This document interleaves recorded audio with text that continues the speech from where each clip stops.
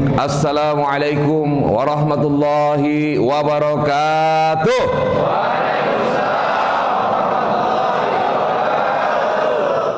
Innal hamdalillah nahmaduhu wa nasta'inuhu wa nastaghfiruh wa na'udzu billahi min shururi anfusina wa min sayyiati a'malina may yahdihillahu fala mudilla lahu wa may yudlilhu fala hadiyalah. Asyhadu an la ilaha illallah wahdahu la syarika lahu wa asyhadu anna Muhammadan abduhu wa rasuluh. Amma ba'du, puji syukur senantiasa kita panjatkan kehadirat Allah. Selalu kalimat ini kita ucapkan di awal, karena inilah kalimat yang sangat luar biasa, tanda keyakinan kita kepada Allah Subhanahu wa taala.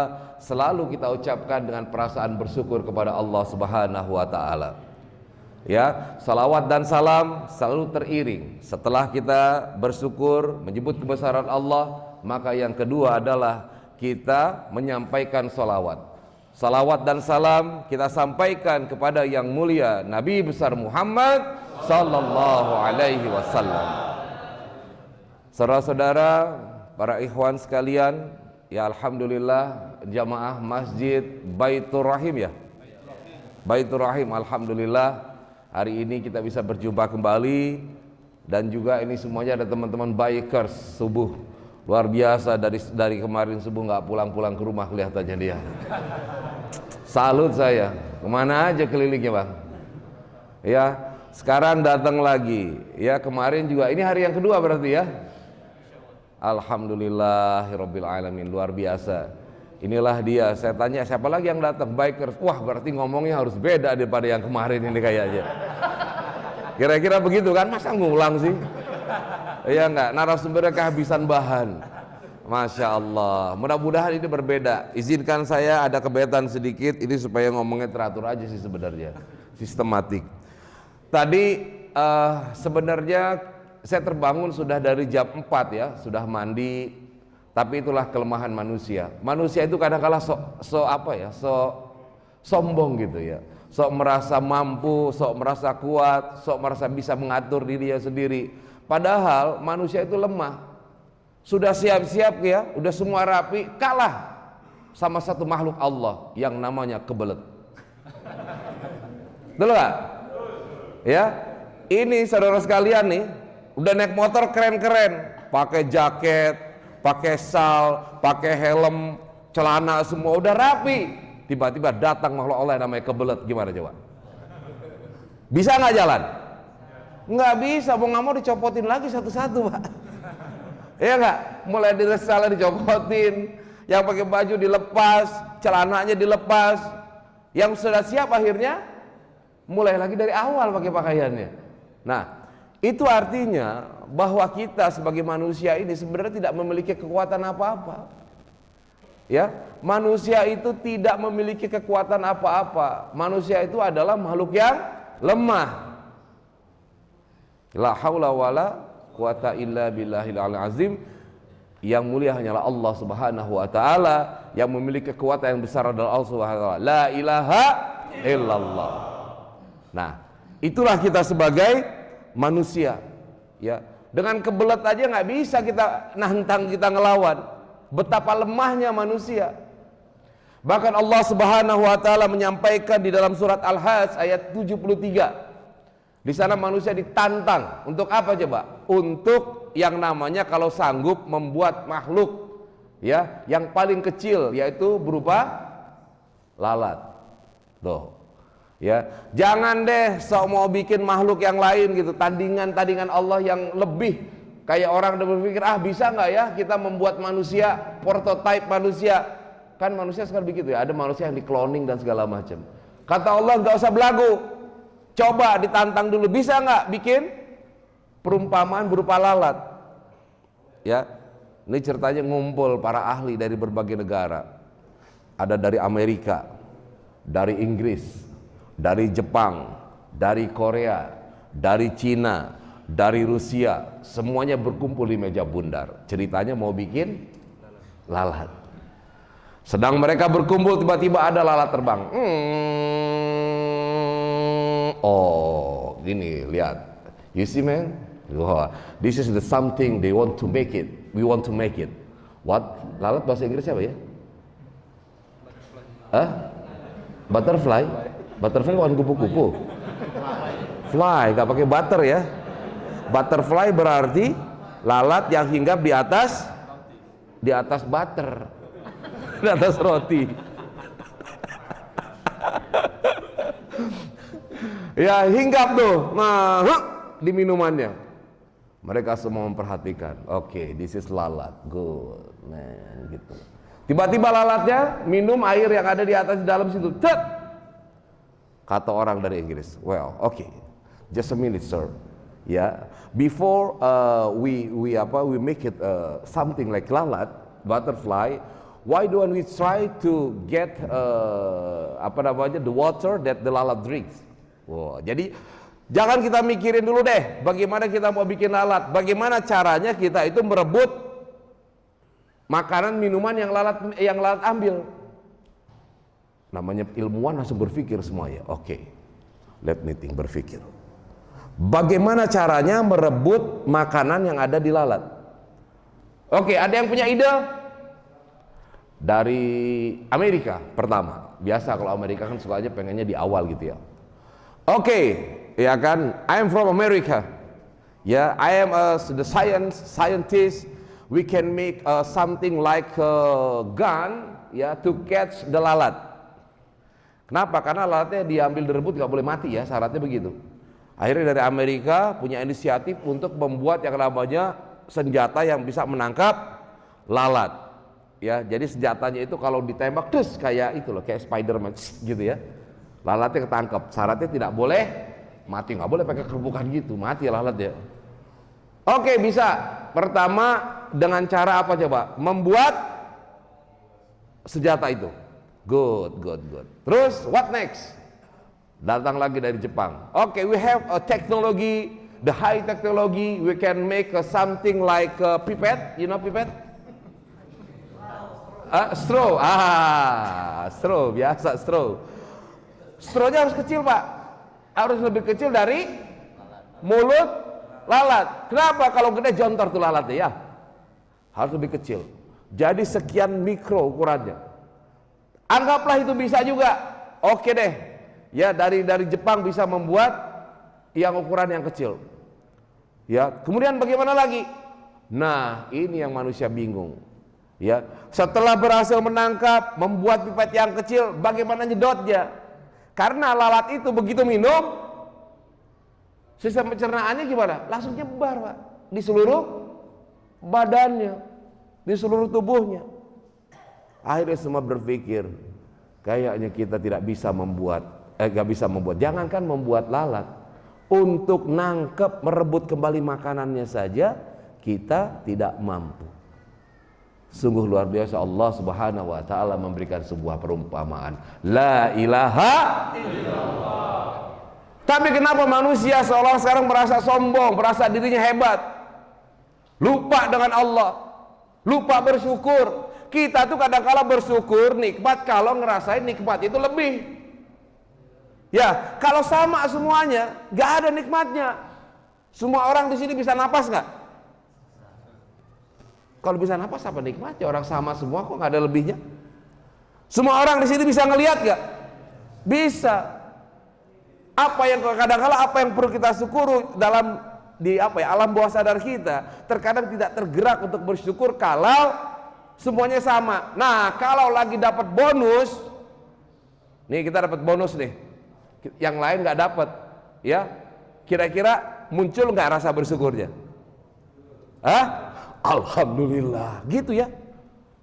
Kenapa? Karena seolah-olah kita mendapatkan nikmat yang lain nggak dapat, bonus, THR dan sebagainya, sehingga muncullah kalimat syukur itu. Karena apa? Karena kita merasa mendapatkan sesuatu yang lebih daripada yang lain. Pernah nggak kemudian kita berpikir setiap kali napas tuh, Alhamdulillah.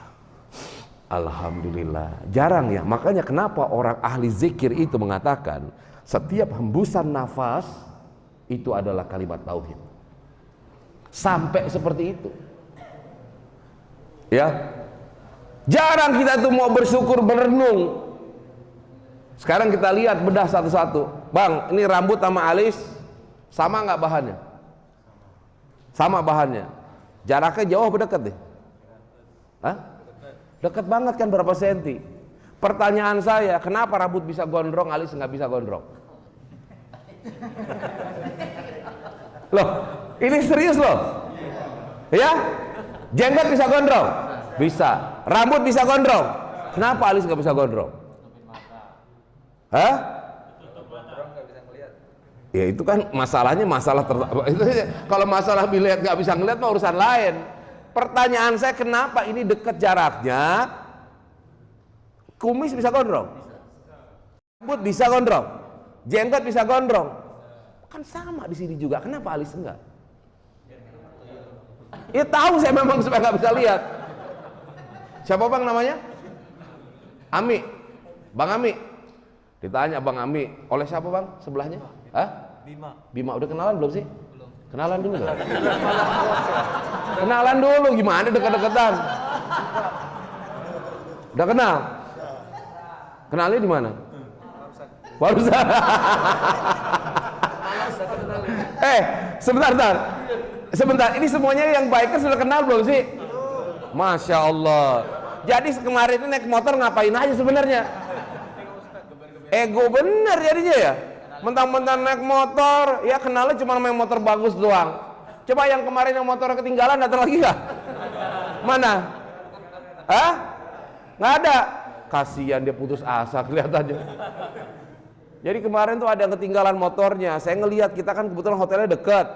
Wajahnya kasihan banget. Begitu nyampe di masjid menyendiri karena mungkin merasa bersalah. Harusnya yang ninggalin yang bersalah, dia ketinggalan merasa bersalah. Ya kan? Nah, kembali sampai di mana tadi tuh? Era alis. Bang siapa? Ami dengan Bima. Bima nanya, Mi mau ngapain? Mau ke tukang cukur. Oh mau tukang cukur, ngapain Mi? Ini nyukur alis, saya gondrong. Ada nggak begitu? Nggak ada. Ya, ini hal yang simpel, sederhana banget. Kalau kita mau berpikir, makanya Allah selalu menantang, afala ta'qilun. Hai manusia, mikir dong. Ini baru hal yang sangat sederhana. Rambut sama alis jaraknya dekat. Masa di sini macet nggak gondrong, di sini gondrong lagi? Yang lain bisa gondrong bulunya, ini enggak. Pertanyaan saya, siapa yang menumbuhkan rambut? Yang keras jawabnya apa? Siapa yang menumbuhkan rambut? Siapa yang tidak memanjangkan alis?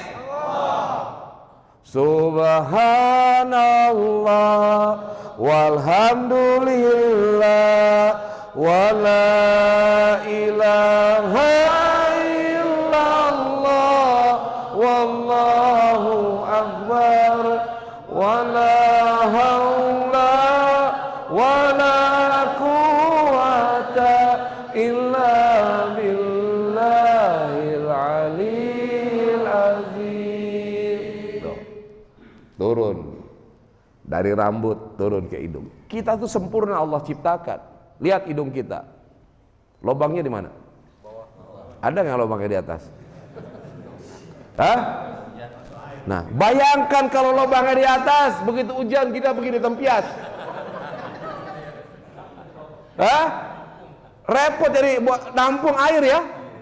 Lubangnya di sini Allah ciptakan, pakai bulu lagi. Buat apa coba fungsinya? Buat menyaring. Ada nggak yang kelebihan bulunya?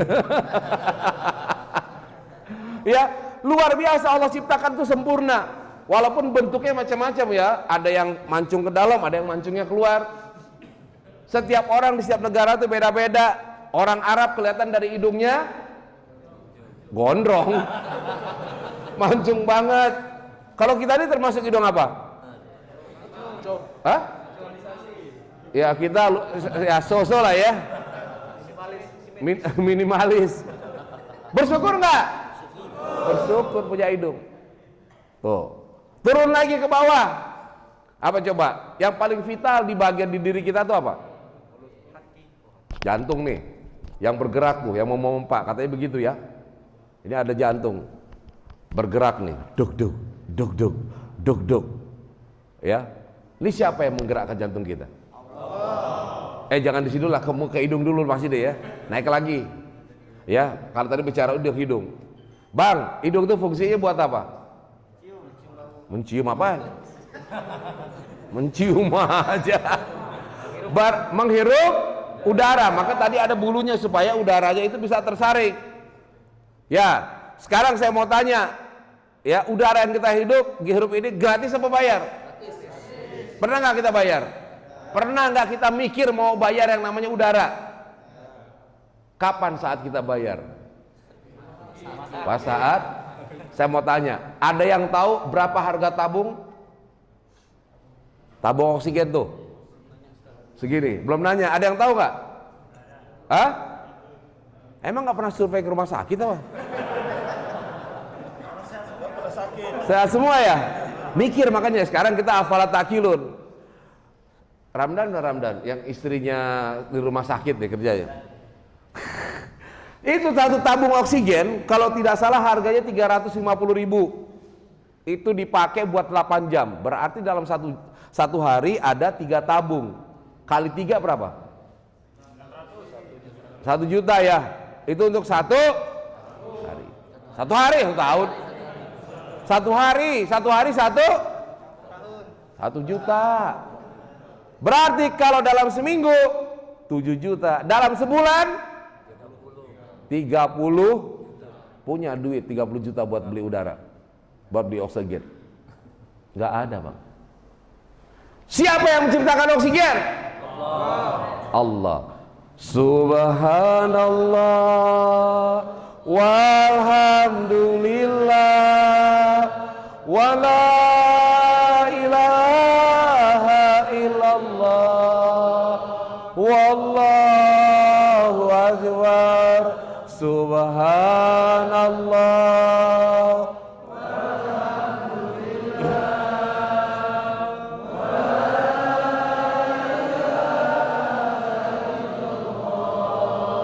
wallahu akbar. Ini sebenarnya kita ya kalau saya sih bukan ngajarin ngaji gimana-gimana, cuman ngingetin sama-sama, ngingetin diri gitu.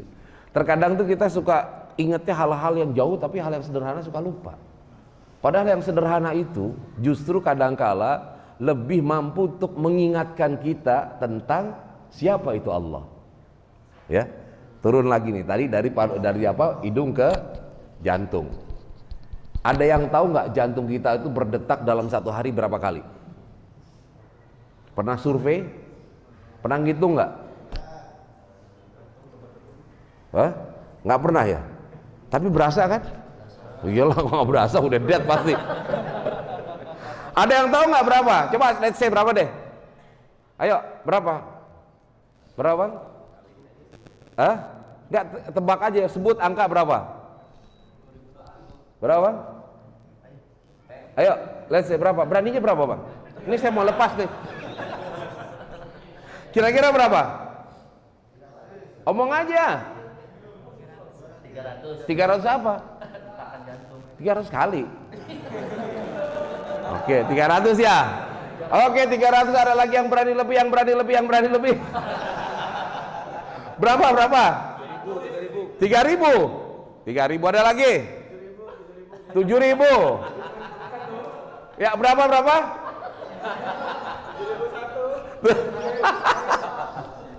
Masih jauh, Bang. Tahu berapa? 100.000 kali. Tuh, 100.000 kali. Kita kan nggak ngitung ya, enteng aja kita. Nggak pernah kita tuh mikirin, ya Allah, ini jantung. Pernah nggak kita nyuruh, jantung bergerak dong? Nggak ada. Itu kata orang bilang gerakan apa coba? Gerakan apa tuh kalau yang otomatis? Gerak refleks, gerak apa? Ya gerak itulah pokoknya bergerak sendiri ya. Kita nggak pernah nyuruh jantung ini bergerak 100.000 kali dalam satu hari. Ya, Bang, mohon maaf nih, saya tanya, ada yang punya jam, pakai jam kinetik? Tahu nggak jam kinetik? Apa itu jam kinetik? Bukan, jam kinetik itu kalau, nah itu dia. Jadi kalau dia dipakai baru bisa berjalan. Jadi jam itu kalau diginiin, dipakai dia bergerak, kalau ditaruh dia berhenti. Bayangkan kalau seandainya jantung kita bergeraknya dengan cara kinetik. Repot naik motor gini terus nih. Ya. Mau kemana bu? Bentar, mau lagi masak ini. Ya, repot gak? Repot. Tidur aja harus bergerak terus. Kenapa? Karena kalau nggak bergerak orangnya mah. Coba bayangkan kalau seandainya cara kerja jantung seperti itu. Repot banget manusia. Lah, pernah nggak sih kita berpikir hal yang sederhana? Siapa yang menyuruh jantung ini bergerak dengan sendirinya? Ya, nggak ada itu yang nyuruh.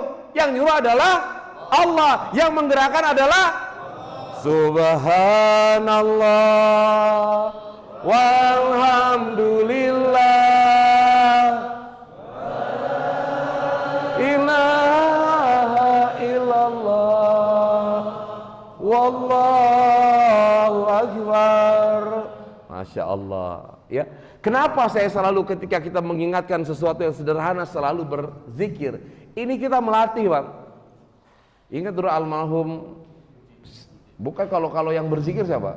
Ustaz Arifin Ilham ya. Dulu kan banyak ada juga yang protes. Itu yang namanya zikir berjamaah bid'ah itu. Nggak ada aturannya. Iyalah. Rasulullah tidak pernah ngajarin untuk zikir berjamaah. Bahkan Rasulullah tidak pernah mengadakan namanya tablik akbar berjamaah. Benar nggak? Pernah ada zaman Rasulullah dulu ada pengumuman, saudara-saudara, datanglah kepada tablik akbar yang akan diadakan oleh Rasulullah. Kan nggak ada gitu. Nggak ada dulu pasang spanduk. Betul? Ya kan? Nah, maksudnya zikir itu apa? Jadi zikir itu bersama itu, sekarang gini deh, udah pada punya anak belum? Ini baca yang jomblo dari kemarin masalah ini. Ya. Betul ya? Ya kan? Ya, kalau kita punya anak, kadang-kala anak kita itu agak malas untuk makan. Ya nggak? Nggak selera deh makan. Tapi Bang, coba deh sekali-sekali, kalau dia malas makan, ajak temennya datang, atau ajak dia sama temennya datang ke sebuah tempat makan bareng-bareng. Kira-kira makan nggak? Makan. Nah, artinya apa? Ternyata orang itu punya tabiat, punya kebiasaan, nalurinya apa? Ingin bersama. Sekarang begini naik motor nih, kenapa ngumpul bareng-bareng? Kenapa akhirnya bikin komunitas biker subuhan? Kenapa nggak sendiri-sendiri aja bikin komunitas? Hah? Ini masing-masing orang nih, satu orang bikin komunitas sendiri-sendiri, enak nggak? Nggak enak. Enaknya bareng. Itu manusia tuh yang sukanya ngumpul.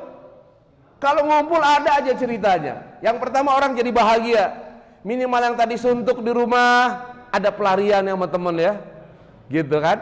Jadi kebersamaan itu menciptakan apa? Naluri kita itu untuk apa? Suasana yang nyaman. Nah, zikir berjamaah juga demikian. Jadi ketika seorang anak ini ya malas untuk makan, kemudian diajak teman-temannya bareng dan mau makan, artinya apa? Timbullah selera makannya.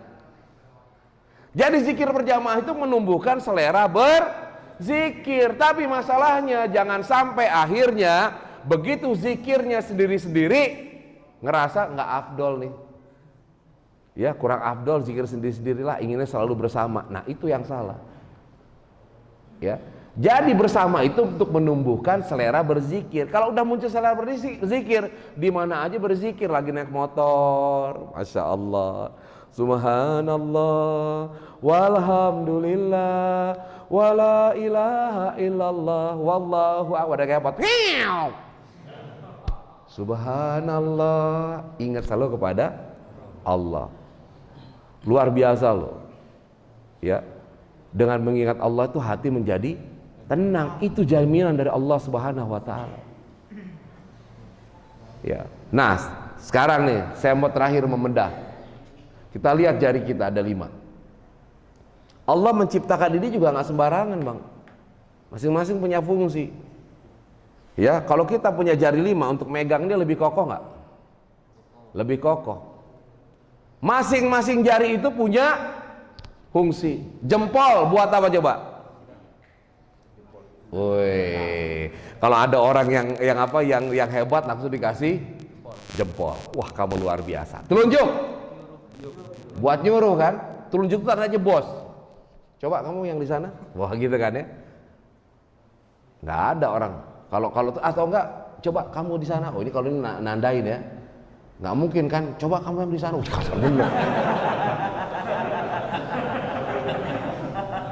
Loh, ini masing-masing ada artinya. Saya dulu ini lucu ya. Ini mau cerita nih ya. Saya dulu pernah ngobrol, kita waktu sama almarhum Buji, saya ingat tuh, ngobrol sama Pasha Ungu. Lagi nyanyi nih. Andai ku tahu. Wow, dari awal tuh. Itu penonton mohon maaf nih, saya tebut. Bang! Dia tuh berarti bukan ngajak ngetrek, Pak, lagi kebelet, bisa jadi kayak begitu. Benar nggak? Bisa jadi. Iya, orang motor kadang nggak boleh lihat orang ngebut sedikit kan. Dipepet ngebut, wah emosi jedara. Emang lu pikir lo doang apa yang jago? Kayak tadi malam pada ngetrek begini kan, standing, wah luar biasa. Lagi itu mah enak, begitu gue gubrak jatuh, selesai udah. Jadi motor itu memang adrenalinnya luar biasa ya. Memang laki-laki itu punya semangat selalu ingin menunggangi ternyata. Loh bener kan? Motor itu kan menunggangi motor maksudnya. Itu semangat laki-laki, seneng banget kan, bareng-bareng. Jarang saya melihat, gak ada kayaknya klub motor cewek, jarang ya. Rata-rata laki-laki. Jiwa, wow, motor, ya kan. Terus ngopi, betul nggak cowok? Ya kan. Dulu ada bahkan iklannya dari almarhum Gito tuh.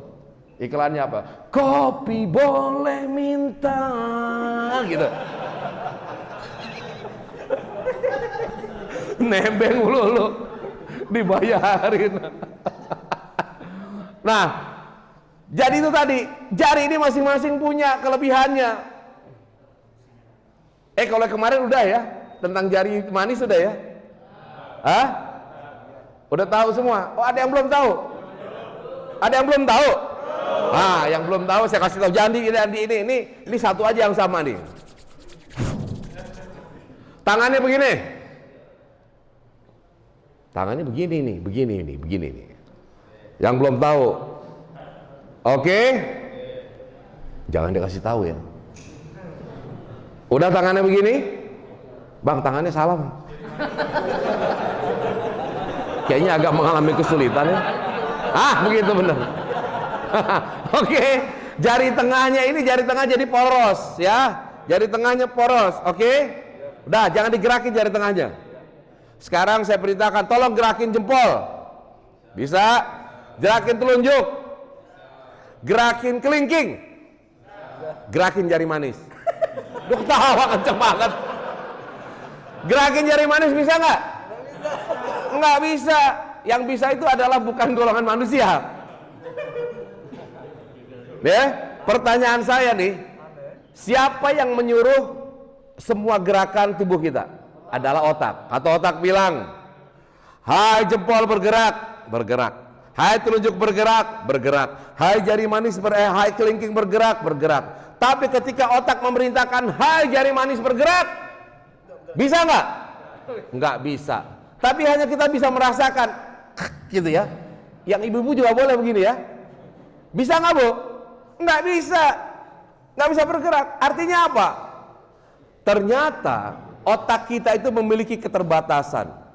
Ya, seluruh jari mau diperintah, tetapi ketika otak memerintahkan jari manis itu bergerak, tidak sedikit pun jari manis itu bergerak. Artinya apa? Artinya otak tidak bisa memerintah jari manis. Nah, kenapa kemudian ketika orang menikah, jari ditaruhkan di jari manis, cincin di jari manis, kenapa maksudnya? Supaya bergerak. Ini luar biasa inisiatifnya. Saya kira beliau nih waktu sekolah dulu, sebelum guru ngasih pertanyaan udah ada jawabannya. Murid yang cerdas, ya kan? Belum selesai udah jawab. Salaman dulu, Bang. Masya Allah. Ya kan? Kalau kayak gini kalau belum mati jangan dikubur yang kayak begini. Kembali lagi tadi ya, apa maksudnya? Ya, jadi ternyata di jari manis ini otak kita tidak mampu berfungsi, tidak bisa berfungsi. Nah, kenapa kemudian ketika menikah cincin diletakkan di jari manis? Karena di sini otak tidak berfungsi, yang berfungsi hanyalah hati dan perasaan. Wah, Allahu Akbar. Ada yang menikah taruh di jempol nggak? Tukar cincin, taruh jempol, nggak ada. Di jari manis. Semua punya fungsi. Ya, jari manis untuk cincin, kelingking. Mohon maaf sekali. Bayangkan kalau kita tidak punya kelingking, kita jempol semua. Bisa kita ngupil? Enggak bisa.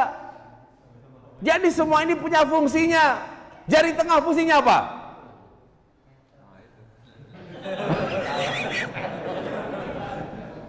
Kok berhenti supaya?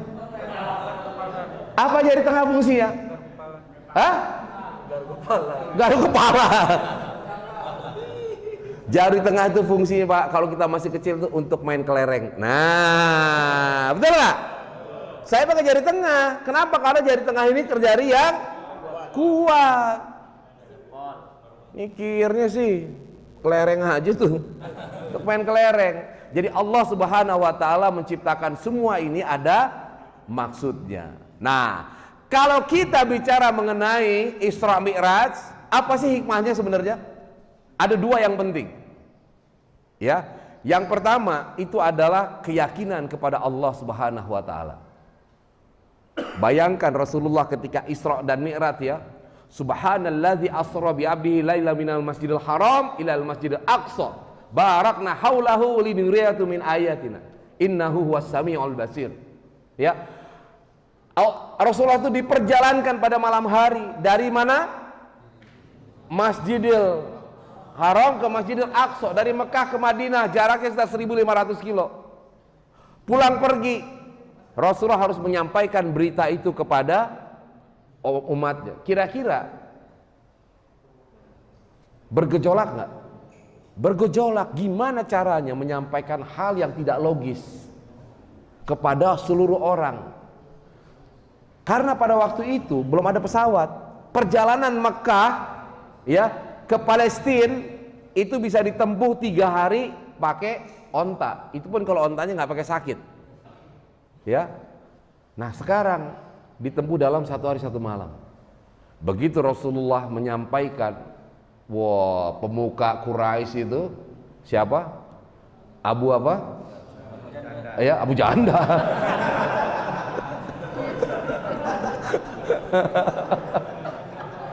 Abu Jahal ya? Abu Jahal apa Abu Lahab? Abu Jahal ya? Wah nggak mungkin ini. Itu pasti cerita bohong. Muhammad udah ngomongin yang nggak jelas nih. Udah sakit digituin kan? Tapi bagaimana sikap sahabat Rasulullah? Siapa? Abu Bakar. Abu Bakar langsung berdiri.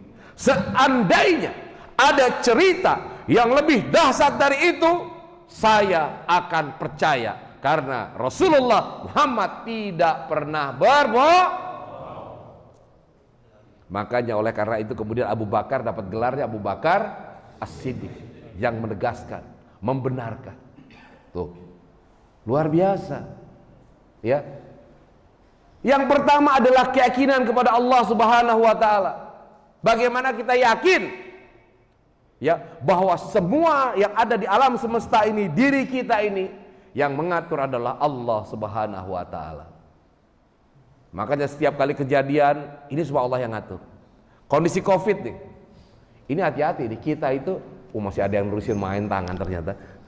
Nggak akan bisa Mas. Udah nikah belum? Udah nikah belum?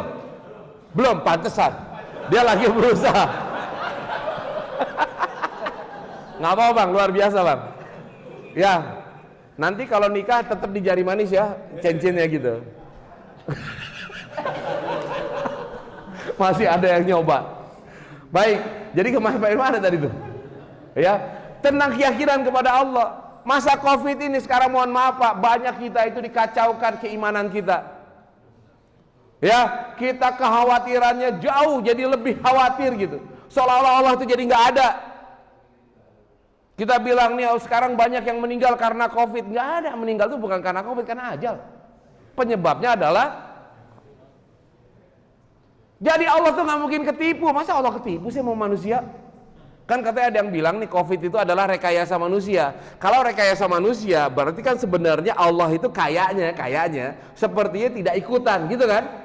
Kan yang merekayasa manusia. Gara-gara rekayasa manusia banyak orang yang mati, ya kan? Allah ketipu oleh manusia. Masa begitu? Ngebreng.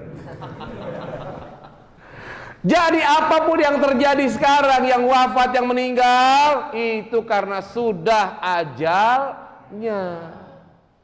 Emang semua yang sekarang meninggal itu udah kecatat bakalan meninggal.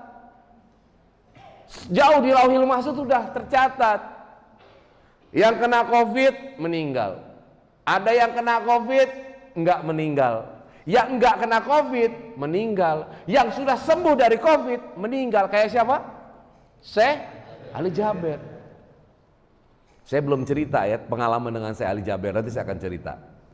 Ini melanjutkan nanti yang kedua tentang hikmah dari Isra dan Mi'raj. Kalimat la ilaha illallah. Jadi sahabat itu adanya di mana-mana adalah kalimat la ilaha illallah. Yang kedua adalah salat khusyuk dan khudub. Salat khusyuk. Ada anak nongkrong waktu almarhum Uje. Wow, biasa kan anak muda suka nongkrong. Waalaikumsalam. Uje, iya. Udah pada sholat belum? Wah, gimana kita mau sholat, Je? Kita masih maksiat. Lah terus gimana? Ya gimana dong? Apa kata Uje? Kalau nunggu lu kelar maksiat, kapan mau sholatnya? Betul gak? Lah terus gimana, Je? Sholat aja, tapi kita masih maksiat. Udah sholat aja. Nggak apa-apa. Maksudnya apa? Biarkan amalan sholat itu yang akan menjadikan dirimu menjadi baik. Jadi Mbak ya, mohon maaf, terkadang kita punya teman, ya nggak, dalam kemaksiatan. Sebenarnya niatnya itu ya, saya tidak menyalahkan. Kadang-kala orang yang bermaksiat itu lebih sadar dekat dengan Tuhan. Jangan salah loh. Lagi minum, Allahu Akbar, sebentar azan, minumnya tahan dulu, gitu. Iya, melakukan juga dulu maksudnya. Oh enggak. Nggak apa kita fair-fairan aja, kita punya masa lalu ya nggak. Bukan dia temennya, kan tadi saya bilang. Uzon aja sih, kan tadi saya ngomong teman. Iya kan? Kadang-kala begitu. Ya lebih berasa. Kenapa? Karena sadar menempatkan diri, tapi belum mau untuk baik gitu. Ya, makanya kadang-kala orang itu ya bertaubat itu perlu keberanian, Bang. Ya, makanya doa seperti yang saya sampaikan kemarin, ya Allah, jadikanlah hambamu ini ahli ibadah yang takut akan kesombongan ibadahku. Kalaupun aku ini ahli maksiat, ya Allah, jadikan aku ahli maksiat yang berani untuk bertobat. Gitu ya. Ya Allah, ikutin. Ya Allah. Jadikanlah aku ahli ibadah yang takut akan kesombongan ibadahku. Kalaupun aku ahli maksiat, jadikanlah ahli maksiat yang berani bertaubat. Ajak teman-teman kita, mungkin termasuk diri kita sendiri. Apa betul kita sudah meninggalkan semua perkara-perkara yang buruk? Belum tentu. Makanya orang bikin komunitas hijrah, saya bikin komunitas belum hijrah, Pak. Kenapa? Karena merasa diri ini belum hijrah, masih banyak hal-hal yang nggak benar yang dilakukan. Ya, ditanya, Bang Agus bikin komunitas apa? Belum hijrah. Oh gitu, kok anggotanya sedikit? Iya, yang lain udah pada hijrah, gue doang yang belum. Ya, nah kembali ke tadi itu.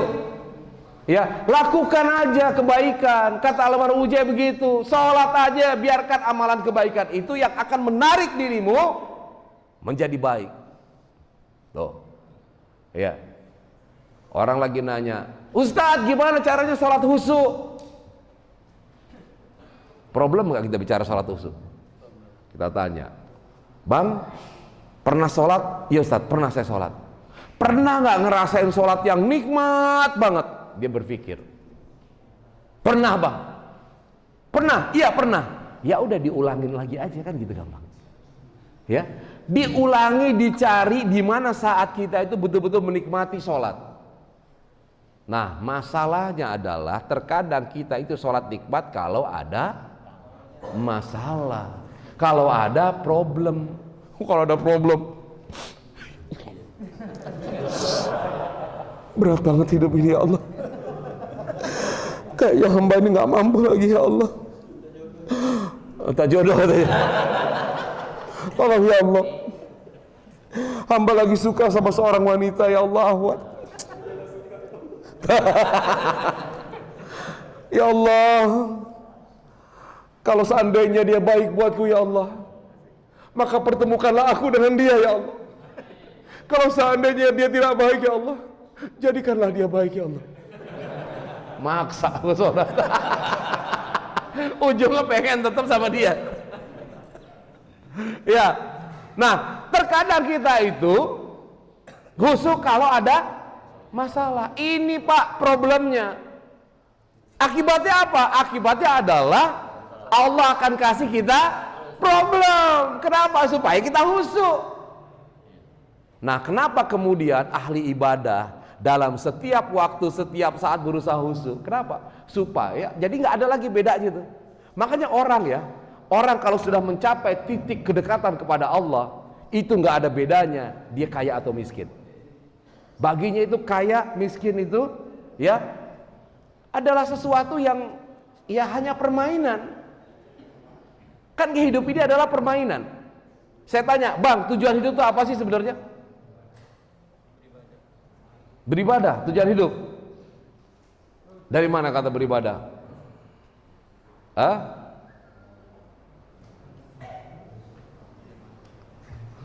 Apa tujuan hidup? Ujung-ujungnya hidup apa? Menunggu mati. Ibadah benar. Wa ma khalaqul jinna wal insa illa liya'budun. Hidup itu nunggu mati, Bang. Tujuan hidup itu adalah kematian. Ujungnya adalah mati. Sekarang bagaimana supaya kita tetap mati dalam keadaan kita tetap beribadah kepada Allah Subhanahu wa taala? Sekarang saya mau tanya, hidup itu cari bahagia atau cari senang? Apa bedanya bahagia dan senang? Ayo. Ada yang bisa jawab? Apa bedanya bahagia dan senang? Senang apa? Senang sesaat. Kalau bahagia selamanya. Mana yang ngomong tadi? Senang apa, Pak? Kalau bahagia selamanya. Bapak sekarang bahagia atau senang, Pak?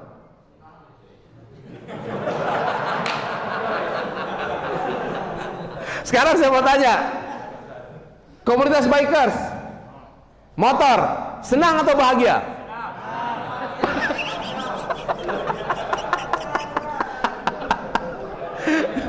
Naik motor itu kesenangan atau kebahagiaan?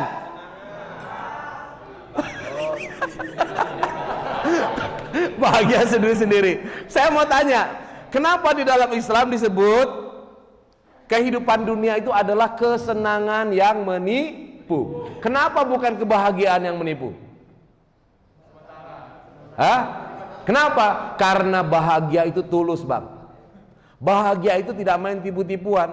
Jadi kalau ada orang nih, cowok nih, ditelepon sama istrinya, Assalamualaikum, waalaikumsalam. Abang lagi di mana? Dia lagi di tempat karaoke sebenarnya. Bilang sama istrinya, iya lagi di tempat kerja gitu. Padahal lagi ngumpul sama teman-temannya tuh. Pertanyaan saya, ngumpul di tempat karaoke itu kesenangan atau kebahagiaan? Kenapa kesenangan? Itu tadi karena ada yang ditipu, Bang. Loh kan? Bener kan? Hidup di dunia itu adalah kesenangan yang menipu. Yang tadi ngebohongin istrinya berarti menipu. Nah, ketika itu ada tipu-tipu berarti itu. Jadi sekarang naik motor ini senang atau bahagia? Nggak kompak kelihatannya nih. Coba nanti tolong Pak ketuanya mana tadi ya? Tolong dibuat ADART-nya. Saya mau tahu tujuan kita bikers itu mencari senang atau mencari bahagia? Ya udah, nanti tolong dirapatkan, jangan sampai kita berdebat di sini. Kita itu cari senang atau cari bahagia? Ya, dituntaskan ini, Bang, jangan sampai ada kedustaan di antara kita. Iya kan? Nah, jadi seperti itu. Ya, Rasulullah Shallallahu Alaihi Wasallam. Jadi gini, bahagia dan senang itu bisa menjadi hal yang berbeda, tapi bisa menjadi hal yang sama. Nah, hebatnya Rasulullah, kalau ini adalah irisan antara bahagia dan senang, beliau itu sama irisannya. Sementara mungkin saya ini antara bahagia itu berbeda, bahagia dan senang. Sementara di rumah bahagia mencari kesenangan di harusnya kan sama. Bahagia dan senang kita bersama, Bang. Kan gitu waktu janjinya kan? Ya enggak, sama istri. Wahai adekku, hari ini aku menikahi engkau. Engkau adalah bidadariku, sama. Ya kan? Bahagia dan senang kita akan lalui bersama. Kan begitu? Betul enggak ibu yang ada di belakang? Sekarang saya mau tanya, Bu pengen masuk surga enggak? Pengen masuk surga?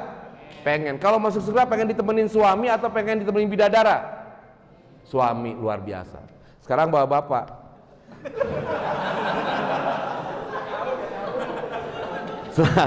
Pak, kalau di surga pengen ditemani istri atau bidadari? Enggak kompak ini. Tolong nanti dirumuskan lagi sama istri ya. Istri pengen ditemani suami, suami pengen ditemani bidadari. Lah ketemunya di mana, Ustaz? Tenang Bu, karena nanti di akhirat ibu akan menjadi ratu bidadari. Oh, sekarang aja pada ngomong begini, nanti di sana nggak mau bisa. Ku tak bisa jauh jauh darimu. Waduh, gitu. Masya Allah. Nah, yuk sama-sama kita ciptakan kesenangan dan kebahagiaan itu bersama, Pak. Ya kan? Makanya ini dalam rangka apa? Ini mencari kebahagiaan hidup. Kalau hanya mencari kesenangan, nggak mungkin bikers itu mampir di masjid. Benar? Yang ada cuma jalan ke kafe, habis itu bubar. Paling nggak nongkrong di jalan. Kayak kemarin nih ya, saya lewat nih, naik mobil. Ada yang nongkrong. Temennya nyetir bilang, ngapain tuh anak nongkrong? Nggak ada kerjaan. Saya bilang sama, dia juga ngomong ke kita, ngapain tuh orang di mobil nggak ada kerjaan gitu kan? Kenapa? Karena bagi dia nongkrong itu nikmat. Nah sekarang pindahin nongkrongnya dari kafe, pindahin ke top banget itu dia. Bang, ajak saudara-saudara kita yang lain ke surga itu jangan sendiri, bareng-bareng. Tapi jangan sombong. Nongkrong neraka kamu, neraka, masya Allah, neraka. Jangan dibilang begitu. Yang perempuan, mbak itu cantik tapi masya Allah, mbak itu belum pakai jilbab, mbak neraka. Semua orang nerakain. Emang dijamin anda pada masuk surga semuanya? Ya kan, petugas sensus surga neraka kelihatannya ini. Ya, nah jadi itu lagi. Yang pertama adalah jadikanlah ini sebagai dakwah. Ya, dimanapun kita berada sambil nongkrong. Ya, kemudian kita ngaji, nggak apa-apa. Jangan paksakan orang misalkan suruh masuk ke masjid semua, nggak apa-apa yang berada di luar. Karena apa? Ngaji itu yang penting adalah kuping, telinga. Kalau saya bahagia mau nongkrong di mana kayak segala macam, yang penting masih bisa terdengar. Karena hidayah itu akan datang apabila kita membuka mata, telinga kita. Yang pertama kali Allah fungsikan apa coba? Telinga. Nah, terakhir saya ingin bercerita tentang Syekh Ali Jaber. Ini juga menyangkut sebuah keyakinan kepada Allah Subhanahu wa taala atas ibadah yang kita lakukan. Ya. Sekarang saya mau tanya, siapa yang ada di sini? Pengen nggak semua yang ada di sini untuk berangkat ke Mekah? Siapa yang belum berkesempatan berangkat ke Mekah baik umrah maupun haji? Tunjuk tangan. Banyak ya. Gimana kalau kita bikersnya langsung ke Mekah deh? Mantap ya. Allahu Akbar. Besok luar biasa. Kalau gitu besok kita belajar manasik ya. Pakai motor semua. Kemana? Entah, kita mau ke Mekah Pak. Wih, yalah. Belum pernah ada tuh naik motor ke Mekah kan? Ada nggak sih? Sendiri, rame-rame. Belum ada. Rame-rame dong. Ngapain ke Mekah men? Yalah. padang pasir bro. Tapi jangan sampai ada ketinggalan lagi kayak kemarin motornya, kasihan. Ya, mau nggak berangkat ke sana? Nih, sekarang yang kedua, mohon maaf, saya akan bercerita tentang sebuah keyakinan. Ya, ini kisah waktu saya bersama dengan almarhum Syekh Ali Jaber. Waktu itu tahun 2013, tepatnya itu di pesantren Al-Hikam miliknya almarhum Kiai Hasim Muzadi. Kemudian waktu itu acara Damai Indonesiaku. Nah, saya ada di sana ngobrol sama Syekh Ali sebelum acara mulai. Nggak tahu kenapa tuh ngobrol kita tentang haji. Beliau bertanya, Bang Agus sudah berangkat haji? Belum, saya. Oh, boleh saya pinjam paspornya? Buat apa, saya? Ya berdoa sajalah. Mudah-mudahan kalau nggak tahun ini tahun depan. Gampang nggak ngasih paspor, Pak? Gampang lah, saya udah punya kok. Kasih paspor. Idul Fitri selesai. Kemudian dia bilang, Bang Agus tolong kumpulkan foto 4x6 10 lembar. Saya kasih lagi. Saya nggak nanya. Kira-kira 14 hari menjelang Idul Adha, beliau sampaikan kepada saya.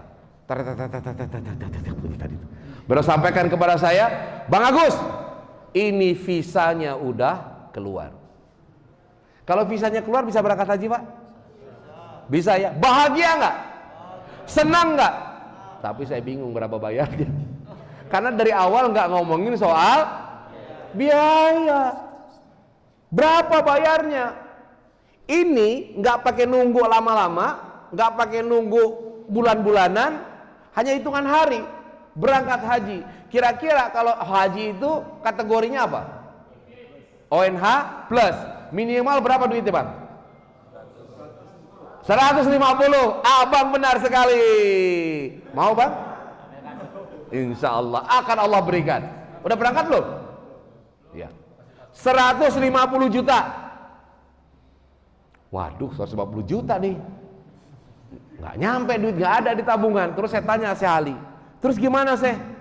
Ya sudah, siapkan saja uang 25 juta. 25 juta, murah atau mahal? Murah banget. ONH biasa aja 40 juta. Nunggunya tahunan. Di Batam berapa tahun? 16, Pak. Kebayang umur kita sekarang tambahin 16. Hah? Kok kayaknya jauh banget ya? Itu kalau berpikir ala logika manusia. Nanti saya kasih rumusannya. Ya. Waduh, ternyata cuma 25 juta. Tapi habis lebaran nih nggak ada duit nih. Tapi saya pikir, masa nggak mau saya paksain sih? Udah bayar cuma sekian. Ya udah, yang terpikir dari saya adalah apa? Saya mau pinjam duit. Oke, malam itu saya mau coba cek berapa sih sisa uang saya di tabungan, sehingga berapa yang saya harus pinjam. Begitu saya ngisi ngelihat ATM, cerap, saya kaget. Apa yang terjadi? Kosong, luar biasa. Anda husnuzon sekali. Ya, kosong. Iya kan? Begitu saya lihat, ternyata tabungan saya ada beberapa kali lipat dari angka 25. Kaget lah kan? Ya Allah. Saya kaget, Pak. Kenapa? Karena ada segitu. Karena sebelumnya saya agak protes sama salah seorang ustadz. Saya bilang, Ustadz, kalau seandainya naik haji ini rukun hajinya, naik haji itu istatoanya, syaratnya karena mampu, karena harta, karena kekayaan, berarti Allah nggak fair nih, saya bilang. Iya dong, jelas yang bisa berangkat haji artinya kalau itu berdasarkan kekayaan, duit dan harta, pastilah orang kaya, bener kan? Orang kaya punya duit kapan aja bisa berangkat. Dan yang rumahnya deket, nggak pakai ongkos. Lah kita yang rumah jauh begini, kebayangnya nggak kebayang gitu. Allah jawab, saya tidak punya uang, tiba-tiba Allah penuhi. Bahagia tuh, Bang. Nah, nanti akan ada rahasianya. Saya berangkat, belum kelar ini. Berangkat tuh, sendiri, gak pakai kloter, ke Bandara Soekarno-Hatta. Tak, periksa di bandara oleh petugas imigrasi. Tak. Dia lihat, tiba-tiba terus petugas imigrasi bilang ke saya, Pak, ini paspornya kadaluarsa. Oh, Itu kayak kayak disambar petir. Gitu. Dor. Pertanyaan saya, kira-kira paspor kadaluarsa bisa berangkat gak? Gak akan. Saya langsung lemes bang, terus terang. 3 jam lagi mau terbang, mau ngurus kemana? Saya berpikir, ya Allah, jangan-jangan nih haji saya hanya tertahan di Soekarno-Hatta ini ya. Tapi gimana, ya udahlah, nggak bisa berbuat apa-apa. Lemes saya, dan dalam kondisi begitu, paspor saya kan tadi dibawa. Kemudian datang lagi orang yang menghampiri, beda orangnya. Kelihatan saya pikir dia supervisor lah, agak lebih senior. Dia kasih ke saya paspornya, terus dia bilang, Pak, silahkan jalan. Silahkan jalan berangkat. Yang tadi saya lemes berubah seketika menjadi bahagia. Itulah Allah. Caranya Allah untuk menggerakkan. Itu orang melanggar, Pak. Jelas-jelas melanggar. Dan taruhannya itu adalah jabatannya. Tapi kenapa kemudian dia meloloskan saya? Itu Allah punya cerita. Langsung saya sujud syukur. Alhamdulillah. Ini baru di Indonesia, Bung. Bagaimana nanti nyampenya di sana? Betul nggak? Kalau di sini masih bisa lobi-lobi lah. Sampailah terbang saya ke Madinah. Tang, turun. Cek. Ya. Diperiksa satu-satu tuh. Pok, yang lain kan pada pakai kloter rombongan. Saya enggak sendiri. Udah paspornya kadaluarsa, kelengkapan haji nggak ada sama sekali, Bang. Suntikan meningitis saya nggak punya. Ya. Kelengkapan dokumen yang lain nggak ada. Cuman paspor yang kadaluarsa. Gimana ceritanya? Masa dibalikin lagi? Gue udah sampai di sana kan.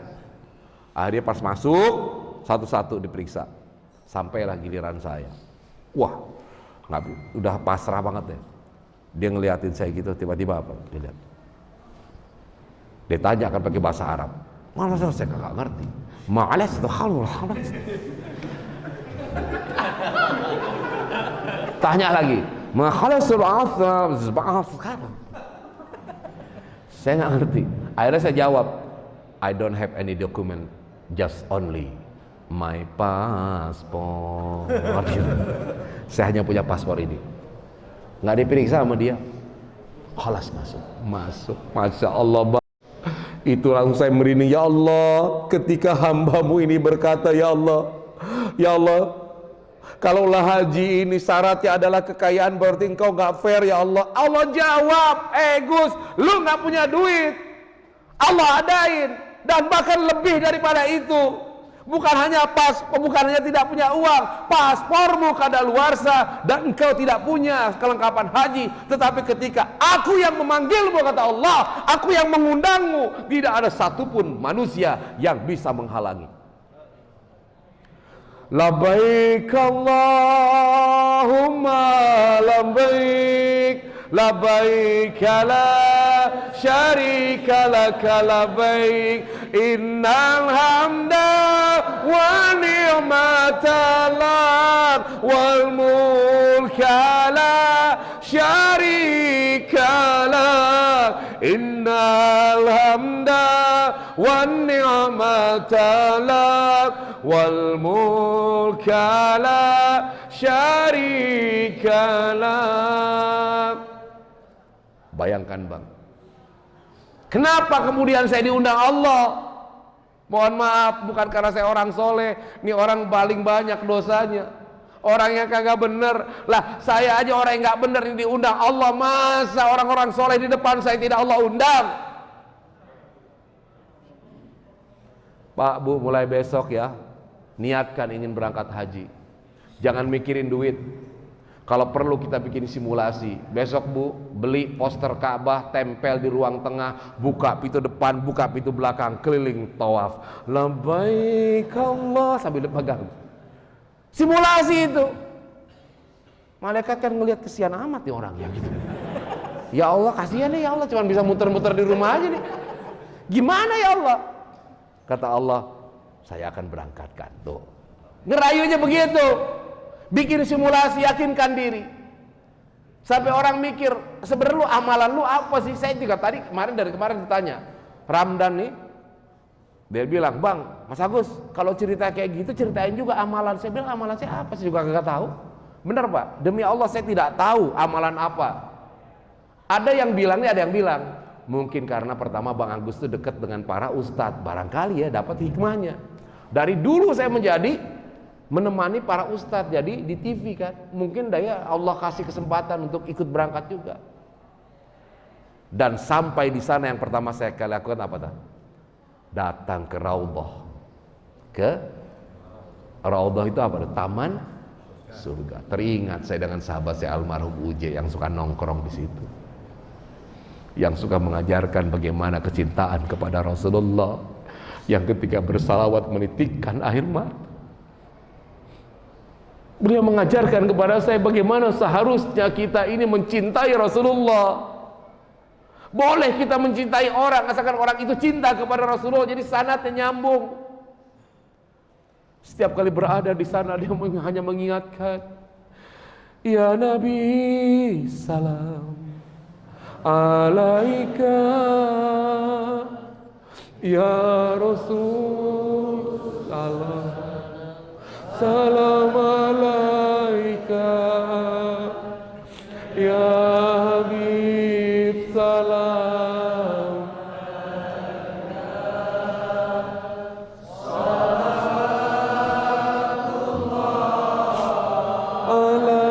Terus Bang, kita salawat lagi yang cinta, yang ikhlas. Ya Allah, hamba-hambamu yang ada pada saat ini ya Allah adalah orang-orang yang mencintai Rasulullah ya Allah. Mereka ingin berziarah, berjumpa dengan Rasulullah di Madinah ya Allah. Berikan kesempatan kepada kami semua yang ada di tempat ini untuk bisa menunaikan haji atau umrah ya Allah, sehingga bisa berziarah ke makam Rasulullah. Ya Nabi,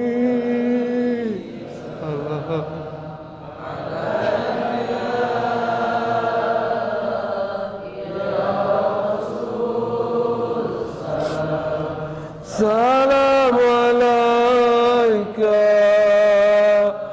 ya Habib, salam alaika,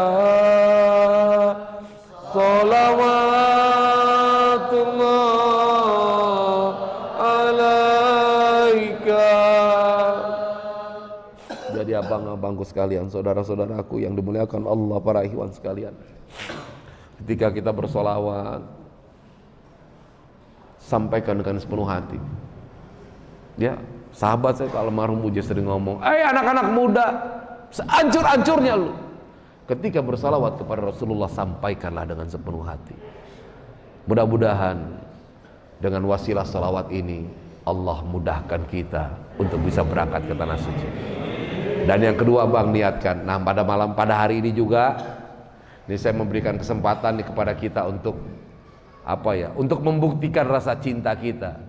Bagaimana kita mencintai saudara-saudara kita yang lain. Izinkan kami, mohon maaf dari MBI ini, sekedar mengumpulkan dana untuk apa? Untuk membantu saudara-saudara kita yang nggak mampu. Bukti kecintaan kita kepada Rasulullah yang mencintai orang-orang yang susah. Rasulullah kalau ditanya dulu, di mana Rasulullah? Jawabnya adalah Rasulullah bersama dengan orang-orang duafa. Mohon maaf Bang, saya kemarin keliling ya ke tempat-tempat kita bencana. Banyak saudara-saudara kita yang kemudian menjadi tidak punya rumah, tidak punya tempat tinggal bersama keluarganya, terlantar, terlunta-lunta. Nah, apa yang bisa kita bantu? Ya sekedar untuk menyampaikan sedekah. Saya punya teman kuliah. Dia itu dia punya pendapat, dia selalu berkeyakinan bahwa COVID ini, dia bilang, "Gus, keyakinan gue COVID hanya bisa ditangkal dengan sedekah." Jadi setiap saya pergi kemana dalam rangka misalkan untuk membantu kemarin ke Mamuju, Majene, ke Sukabumi, dia selalu menitipkan sedekahnya. Kenapa? Karena dia bilang, gue pengen cari selamat. Dan benar, sedekah itu adalah penangkal dari musibah. Nah, mudah-mudahan pada kesempatan ini Allah Subhanahu wa taala menjauhkan musibah dari diri kita semua. Kita diberikan kesehatan tetap bisa kumpul. Ya, tapi ingat sekali lagi tolong dirumuskan kembali. Ini apa namanya? Biker subuhan ini pengen cari senang atau cari bahagia ya? Baik, saya persilakan barangkali karena juga waktunya sudah hampir jam 6:30. Silakan siapa? Oh nggak ada, langsung aja sudah ya. Nah saya kira sambil keliling saja kita salawat lagi ya. Kita berharap bahwa semoga dengan salawat ini ya dimudahkan langkah kita pergi ke tanah suci, dimudahkan kita ibadah dan ditumbuhkan rasa cinta kita dan juga sesama kita yang ada di sini. Ya Nabi salam alaika, ya Rasul salam salam alaika, ya Habib salam alaika, salawatullah alaika, ya Nabi salam alaika, ya Rasul salam salam alaika, ya Habib salam alaika, salawatullah alaika. Mohon maaf atas segala khilaf dan salah ya dari saya. Semoga ukhuwah kita tetap terjaga, keimanan kita terjaga, semangat di BRC sebagai komunitas. Saya pengen dengar yelnya kemarin gimana ya? Coba ada yang ini dong, gimana yelnya itu? Takbir! Allahu Akbar! Allahu Akbar!